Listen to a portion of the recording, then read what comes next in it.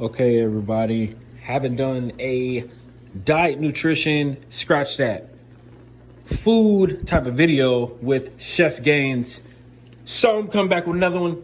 Very own typical Chipotle style bowl. We got our rice here cooking, brown rice.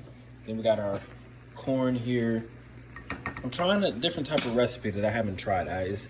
I'm trying to follow pretty much what I do or use when I go to Chipotle. Oh, can't forget about the black beans. So, yeah, that's over here soaking up all that good water. So let's fast forward and get to the meal itself. All right, so we're pretty much ready. Beans cooked, took about an hour. Let's get it. Got rice in it. Got rice. Got black beans in there.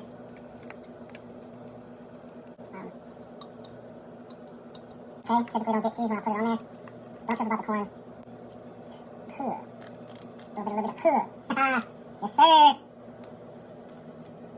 You know, Chipotle, they be stingy with the guac, bro. And actually, guac is put on last, so I kind of messed up, but it's all good. Trust me.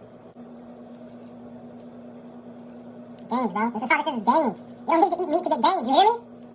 It doesn't look like a masterpiece by any means, but, you know, you got the job done. We live!